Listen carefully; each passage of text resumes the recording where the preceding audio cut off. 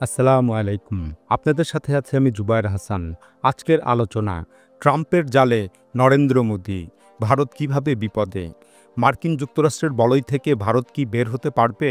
ভারত যুক্তরাষ্ট্র সম্পর্ক কি ভেঙে যাবে? নরেন্দ্র মোদি এখন কোন পথে হাঁটবেন? এসব প্রশ্নের উত্তর জানার আগে যুক্তরাষ্ট্র ও ভারতের মধ্যে যে অর্থনৈতিক স্বার্থগত বিষয় নিয়ে বিরোধ বেঁধেছে তা বোঝা প্রয়োজন।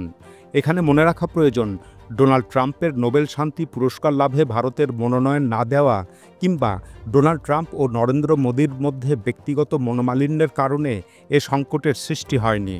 এ সংকটের সৃষ্টি হয়েছে দুই দেশের অর্থনৈতিক স্বার্থকে কেন্দ্র করে। ডোনাল্ড ট্রাম্প দ্বিতীয় মেয়াদে প্রেসিডেন্ট হতে যে নির্বাচনী প্রচারণা চালিয়েছিলেন তাতে তিনি বহুবার মার্কিন অর্থনৈতিক স্বার্থের কথা দৃঢ়তার সাথে বলেছিলেন। সোজা ভাষায় বলেছিলেন, make America great again. Donald ট্রাম্পের এই বার্তা পৃথিবীর সব দেশের জন্যই সমভাবে প্রযোজ্য, এমনকি যুক্তরাষ্ট্রের পরম বন্ধু স্বজাতি গ্রেট ব্রিটেনের জন্যও প্রযোজ্য। যুক্তরাষ্ট্রের অর্ধ শতাব্দীর পরম মিত্র পশ্চিম ইউরোপের দেশগুলোর জন্যও প্রযোজ্য।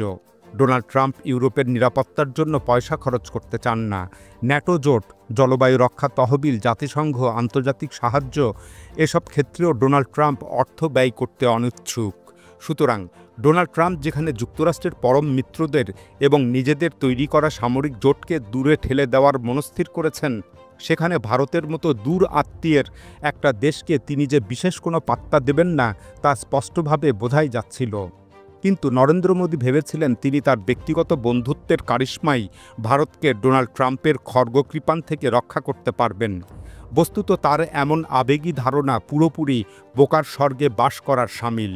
কেননা ভূরাজনীতিতে রাষ্ট্রস্বার্থের প্রাধান্যের কাছে ব্যক্তিগত বন্ধুত্ব এক মূল্যহীন বিষয়।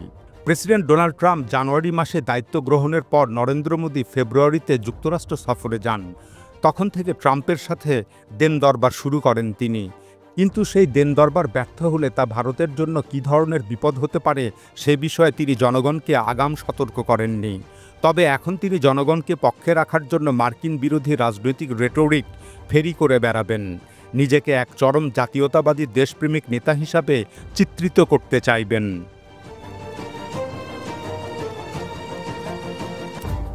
যাই হোক, এখন আলোচনা করা যাক ভারত ও যুক্তরাষ্ট্রের মধ্যে সেই অর্থনৈতিক স্বার্থগত দ্বন্দ্ব সম্পর্কে। গত অর্থবছরেও যুক্তরাষ্ট্র ছিল ভারতের প্রধানতম বাণিজ্যিক গন্তব্য। দুই দেশের দ্বিপক্ষীয় বাণিজ্যের পরিমাণ ছিল প্রায় ১৩২ বিলিয়ন মার্কিন ডলার। এর মধ্যে ভারত যুক্তরাষ্ট্রে রপ্তানি করে প্রায় ৮৭ বিলিয়ন মার্কিন ডলার, আর যুক্তরাষ্ট্র ভারতে রপ্তানি করে প্রায় ৪৬ বিলিয়ন ডলার। অর্থাৎ ভারত যুক্তরাষ্ট্র দ্বিপাক্ষিক বাণিজ্য ভারতের অনুকূলে, মানে ভারতের পক্ষে বাণিজ্য উদ্বৃত্ত প্রায় ৪২ বিলিয়ন ডলার। পক্ষান্তরে তা মার্কিন যুক্তরাষ্ট্রের জন্য বাণিজ্য ঘাটতি। মার্কিন জাতীয়তাবাদী প্রেসিডেন্ট ডোনাল্ড ট্রাম্প যুক্তরাষ্ট্রের প্রতিকূলে থাকা এই বিশাল বাণিজ্য ঘাটতি কাটিয়ে উঠতে চাইছেন। এ কারণে ডোনাল্ড ট্রাম্প চাইছেন ভারত যুক্তরাষ্ট্রের পণ্য বেশি করে কিনুক এবং যুক্তরাষ্ট্রের পণ্য ভারতীয় বাজারে প্রবেশের ক্ষেত্রে যেসব শুল্ক বাধা রয়েছে তা ভারত উঠিয়ে নিক। বিশেষ করে যুক্তরাষ্ট্র চাইছে ভারত তার কৃষি ও ডেইরি শিল্প রক্ষায় যে সংরক্ষণবাদী আমদানি শুল্ক নীতি অবলম্বন করে চলে তা অপসারণ করুক, যাতে যুক্তরাষ্ট্রের কৃষিজাত পণ্য এবং অন্যান্য শিল্প খাতের পণ্য ভারতের বাজারে অবাধে প্রবেশ করতে পারে। যেমন ভারত তার কৃষি ও ডেইরি খাত রক্ষার জন্য গড়ে ৩৬ থেকে ৩৯% পর্যন্ত শুল্ক ধার্য করে রেখেছে। এভাবে চিনি ও শর্করা ভিত্তিক পণ্যে ৪০ থেকে ৫০%, ভোজ্য তেল ও তেলবীজজাত পণ্যে ৩৫ থেকে ৪৫%, বস্ত্রের কাঁচামাল ও প্রস্তুত পণ্যে ২০ থেকে ৩০% এবং কিছু ইলেকট্রনিক উপকরণ ও খুচরা যন্ত্রাংশে ২৫ থেকে ৩০% শুল্ক আরোপ করে রেখেছে। আর মোটরসাইকেল ও বিলাসবহুল গাড়ির ক্ষেত্রে এই হার সর্বোচ্চ ১০০% পর্যন্ত নির্ধারণ করা আছে। উল্লেখ্য যে ভারতের এই সংরক্ষণবাদী আমদানি নীতি বহু বছর আগে থেকেই নির্ধারিত। এখন যুক্তরাষ্ট্র চাইছে ভারত এসব পণ্যের ওপর ওই শুল্ক হার তার জন্য শিথিল করে দেক। ডোনাল্ড ট্রাম্পের এই চাহিদার কারণেই ভারত যুক্তরাষ্ট্র বাণিজ্য আলোচনা ভেঙে যায়। ভারত ওই মার্কিন প্রস্তাবে রাজি হয়নি। বস্তুত ভারতের এই কৃষি ও ডেইরি খাত যুক্তরাষ্ট্রের জন্য উন্মুক্ত করে দেওয়া ভারতের কোনো প্রধানমন্ত্রী বা সরকারি দলের জন্য ভীষণ কঠিন কাজ। কেননা ভারতের জিডিপিতে কৃষি খাতের অবদান প্রায় 20%, ডেইরি খাতের 5%। সরকারি হিসাব অনুযায়ী 2023-24 সালে ভারতের কৃষিতে নিযুক্ত মানুষের সংখ্যা ছিল 52%, জনসংখ্যার বিচারে যা 70 কোটি মানুষ। এর মধ্যে ডেইরি খাতে সরাসরি নিযুক্ত 8 কোটি মানুষ। ভারতীয় বিশ্লেষকরা বলছেন এই দুই অর্থনৈতিক সেক্টর মার্কিন যুক্তরাষ্ট্রের জন্য উন্মুক্ত করা হলে ভারতের 70 কোটি গ্রামীণ মানুষের জীবিকা ক্ষতিগ্রস্ত হবে। স্টেট ব্যাংক অফ ইন্ডিয়ার রিপোর্ট মোতাবেক ডেইরি খাত উন্মুক্ত করা হলে 25 মিলিয়ন টন দুধ যুক্তরাষ্ট্র থেকে আমদানি হওয়ার পথ খুলে যাবে। ফলে ভারতীয় দুধের দাম কমে যাবে 15%। সুতরাং ভারত শেষ পর্যন্ত এসব পণ্যের উপর আমদানি শুল্ক যুক্তরাষ্ট্রের চাহিদা মোতাবেক প্রত্যাহার করতে রাজি হয়নি। আর এই রাজি না হওয়ার কারণে ডোনাল্ড ট্রাম্প শাস্তিস্বরূপ যুক্তরাষ্ট্রে রপ্তানিযোগ্য বেশ কিছু ভারতীয় পণ্যের উপর 50% হারে আমদানি শুল্ক আরোপ করেন। উল্লেখ্য যে ইতিপূর্বে ভারত ওইসব পণ্য যুক্তরাষ্ট্রের বাজারে রপ্তানি করার ক্ষেত্রে বিশেষ শুল্ক সুবিধা পেত, যেমন সেগুলোর মধ্যে রয়েছে ফার্মাসিউটিক্যালস ও স্বাস্থ্যসেবা সামগ্রী, গয়না সামগ্রী, ইলেকট্রনিক্স ও টেলিকম যন্ত্রাংশ, স্টিল ও অ্যালুমিনিয়াম সহ অন্যান্য ধাতব পণ্য, রেডিমেড গার্মেন্টস, চামড়া ও জুতা সামগ্রী এবং পেট্রোলিয়াম ও রিফাইন্ড তেলজাত পণ্য। গত 27 আগস্ট থেকে এসব পণ্যের উপরে 50% মার্কিন আমদানি শুল্ক কর কার্যকর হয়েছে। কিন্তু এভাবে ভারতীয় এসব পণ্য 50% হারে শুল্ক কর প্রদান করে যুক্তরাষ্ট্রের বাজারে প্রবেশ করতে গেলে অন্য প্রতিযোগী দেশের কাছে হোঁচট খাবে, অর্থাৎ প্রতিযোগী দেশের কাছে বাজার হারাবে। এতে ভারতীয় অর্থনীতির মারাত্মক বিপর্যয় ঘটবে। ডোনাল্ড ট্রাম্পের শুল্ক ঝড়ে ভারতীয় অর্থনীতি কতটা ক্ষতিগ্রস্ত হতে পারে তার একটি অনুমান ইউএসটিআর তথ্য থেকে পাওয়া যায়। ইউএসটিআর তথ্য অনুযায়ী যুক্তরাষ্ট্রে ভারতের রপ্তানি খাতের প্রায় 55% পণ্য এই মার্কিন শুল্কে ক্ষতিগ্রস্ত হবে, যা আর্থিক অঙ্কের হিসাবে বছরে প্রায় 48 বিলিয়ন মার্কিন ডলার।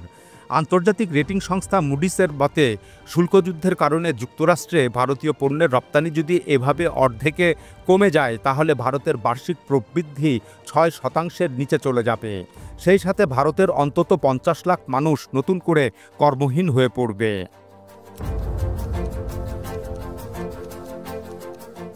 সুতরাং এমতাবস্থায় নরেন্দ্র মোদীর সামনে কি বিকল্প আছে? তিনি যদি ট্রাম্পের কথা মেনে নেন তাহলে ভারতের কৃষি ও দেশীয় শিল্প ক্ষতিগ্রস্ত হবে। আর যদি ট্রাম্পের শর্ত না মানেন, অর্থাৎ ভারতীয় পণ্য মার্কিন বাজারে প্রবেশের ক্ষেত্রে 50% শুল্ক যদি বহাল থাকে, তাহলে ভারতের রপ্তানিমুখী অর্থনীতির চরম বিপর্যয় ঘটবে। আর তা এই মুহূর্তেই দ্রুতই ঘটবে। এমতাবস্থায় নরেন্দ্র মোদী একটি গোলক ধাঁধায় পড়েছেন। তিনি যুক্তরাষ্ট্রের কাছে রপ্তানি বাজার হারাবেন নাকি কৃষিখাত ও দেশীয় শিল্পকে রক্ষা করবেন। এছাড়া তাকে এটাও হিসাব করতে হচ্ছে যে রপ্তানি বাজার হারালে ক্ষতি বেশি হবে নাকি দেশের কৃষিখাত ও দেশীয় শিল্প যুক্তরাষ্ট্রের কাছে উন্মুক্ত করে দিলে ক্ষতি বেশি হবে। এই উভয় সংকটে নরেন্দ্র মোদী এখন হাবুডুবু খাচ্ছেন। এখন কথা হলো, ডোনাল্ড ট্রাম্পের এই 50% আমদানি শুল্ক ধার্য করার প্রতিক্রিয়ায় নরেন্দ্র মোদী তড়িঘড়ি চীন সফরে গিয়েছেন এবং চীনের সাথে সম্পর্ক উন্নয়নে নানা পদক্ষেপ নিচ্ছেন। কিন্তু তাতে কি ভারত ডোনাল্ড ট্রাম্পের ধাক্কা কাটিয়ে উঠতে পারবে? অর্থাৎ চীনের সাথে সম্পর্ক উন্নয়ন শুরু করলেই কি ভারতীয় অর্থনীতি ক্ষতিগ্রস্ত হওয়ার হাত থেকে এই মুহূর্তে রক্ষা পাবে? এই বিষয়টি বোঝার জন্য প্রথমে চীনের সাথে ভারতের বাণিজ্যিক পরিসংখ্যান আলোচনা করা প্রয়োজন। যেমন 2024-25 অর্থবছরে ভারত ও চীনের মধ্যে মোট বাণিজ্যের পরিমাণ ছিল প্রায় 128 বিলিয়ন মার্কিন ডলার। তবে এই বাণিজ্যের প্রায় 90% একপাক্ষিকভাবে চীনের অনুকূলে। গত অর্থবছরে চীন ভারতে রপ্তানি করে প্রায় 114 বিলিয়ন মার্কিন ডলার। অপরদিকে ভারত চীনে রপ্তানি করে মাত্র 15 বিলিয়ন ডলারের কাছাকাছি। ফলে চীন ও ভারতের মধ্যে বাণিজ্য ঘাটতির পরিমাণ প্রায় 100 বিলিয়ন ডলার, যা চীনের অনুকূলে আর ভারতের প্রতিকূলে। চীনের তুলনায় ভারতের এই পিছিয়ে পড়ার কারণ হলো ভারত চীনের বেশ কিছু পণ্যের ওপর নির্ভরশীল হয়ে পড়েছে অনেক আগে থেকেই। যেমন বিভিন্ন ইন্ডাস্ট্রিয়াল মেশিনারি, ইলেকট্রনিক ও ইলেকট্রিক সামগ্রী, ল্যাপটপ, মুঠোফোন, semiconductor, silicon wafers, telecom, solar panel, lithium battery cell, বিরল খনিজ পদার্থ, ফার্মাসিউটিক্যালস, কেমিক্যালস, অ্যান্টিবায়োটিক ইত্যাদি। চীন ব্যতীত ভারতের পক্ষে এসব পণ্য সুলভে আমদানি করার জন্য অন্য কোনো বিকল্প উৎস নেই। আর নিজ দেশে উৎপাদন করতে গেলে চীন থেকে আমদানি করার চেয়ে খরচ বেশি হয়ে যায়। তাই এসব পণ্যের জন্য ভারতকে নির্ভর করতে হচ্ছে চীনের উপর। এ কারণেই গত 10 বছরে ভারতের অর্থনীতি চীন নির্ভর হয়ে পড়েছে। ইতিমধ্যে ভারতের অভ্যন্তরীণ ইলেকট্রিক্যাল ও ইলেকট্রনিক মার্কেটের সিংহভাগ পণ্য চীনের দখলে।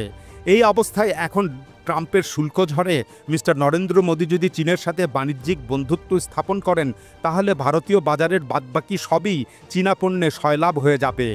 আসলে এই মুহূর্তে চীনের সাথে বাণিজ্য প্রতিযোগিতায় ভারত কুলিয়ে উঠতে পারবে না। চীনের মার্কেটে সুলভ মূল্যে পণ্য বিক্রির সক্ষমতা ভারতের নাই। এর চেয়ে বরং যুক্তরাষ্ট্রের বাজারে ভারতীয় পণ্য প্রবেশ করানোর সুযোগ বেশি। এ কারণেই যুক্তরাষ্ট্রে ভারতের রপ্তানির পরিমাণ $87 বিলিয়ন উপরে। অর্থাৎ ভারত চীনে যা রপ্তানি করে সে তুলনায় 6 গুণ বেশি যুক্তরাষ্ট্রে রপ্তানি করে। সুতরাং চীনের সাথে বন্ধুত্ব স্থাপন করলেই যে মার্কিন বাণিজ্য ধাক্কা কেটে উঠে ভারতীয় অর্থনীতি রাতারাতি ফুলে ফেঁপে উঠবে সেই সম্ভাবনা নাই।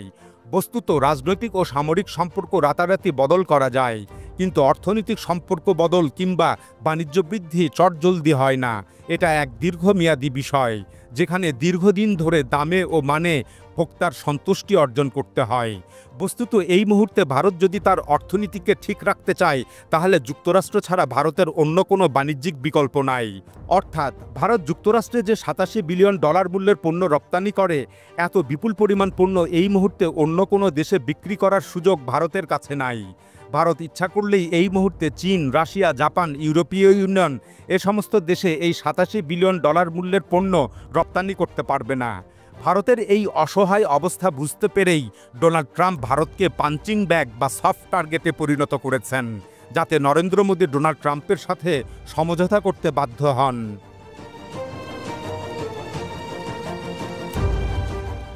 এখন কথা হলো, নরেন্দ্র মোদী ডোনাল্ড ট্রাম্পের চাপের কাছে নতি স্বীকার করবেন কি? এর উত্তর হলো, নরেন্দ্র মোদী যদি দেশপ্রেমিক ও সাহসী হন এবং ভারতের বর্তমানে সাময়িক ক্ষতি মেনে নিয়ে উজ্জ্বল ভবিষ্যতের কথা ভাবেন, তাহলে তিনি যুক্তরাষ্ট্রের হাত ছেড়ে দিয়ে চীনের সাথে বাণিজ্য সম্পর্ক উন্নয়ন করার দিকে ধাবিত হতে পারবেন। আর তাতে ভবিষ্যতে ভারতীয় অর্থনীতি চাঙ্গা হবে এবং ভারতের কোটি কোটি লোক দারিদ্র্যসীমা থেকে মুক্ত হতে পারবেন। তবে বিষয়টি দীর্ঘমেয়াদী। কিন্তু ভোটের রাজনীতিতে নরেন্দ্র মোদী এই দীর্ঘমেয়াদী পরিকল্পনা গ্রহণ করবেন কিনা সেটা এক প্রশ্ন সাপেক্ষ বিষয়। এখানে মনে রাখা প্রয়োজন, চীনের সাথে ভারতের বন্ধুত্ব স্থাপনের সময়কালে কিংবা পরে ডোনাল্ড ট্রাম্প যদি আচমকা তার প্রতিপক্ষ খোদ চীনের সাথেই বাণিজ্য বিরোধ মিটিয়ে ফেলেন, তাতে ভারত বহুদূর ছিটকে যাবে। আর ডোনাল্ড ট্রাম্পের স্বভাবগত অভ্যাসই হলো তিনি ঝটপট তার সিদ্ধান্তগুলো পরিবর্তন করে ফেলেন। আরও একটি বিষয় মনে রাখা প্রয়োজন, তা হলো চীনের সাথে ভারতের বন্ধুত্ব স্থাপন কোনো সহজ কাজ নয়। কেননা এই দুই দেশের মধ্যে রয়েছে আদিকালের সীমান্ত বিরোধ, যার সাথে ভারতের সার্বভৌমত্ব জড়িয়ে আছে।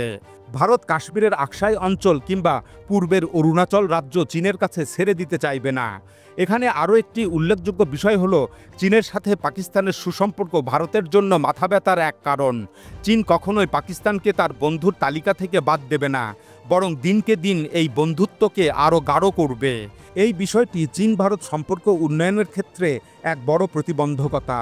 সুতরাং এসব মিলিয়ে নরেন্দ্র মোদী প্রকৃত অর্থেই এক গোলক ধাঁধায় পড়েছেন, আর ভারত পড়েছে বিপদে।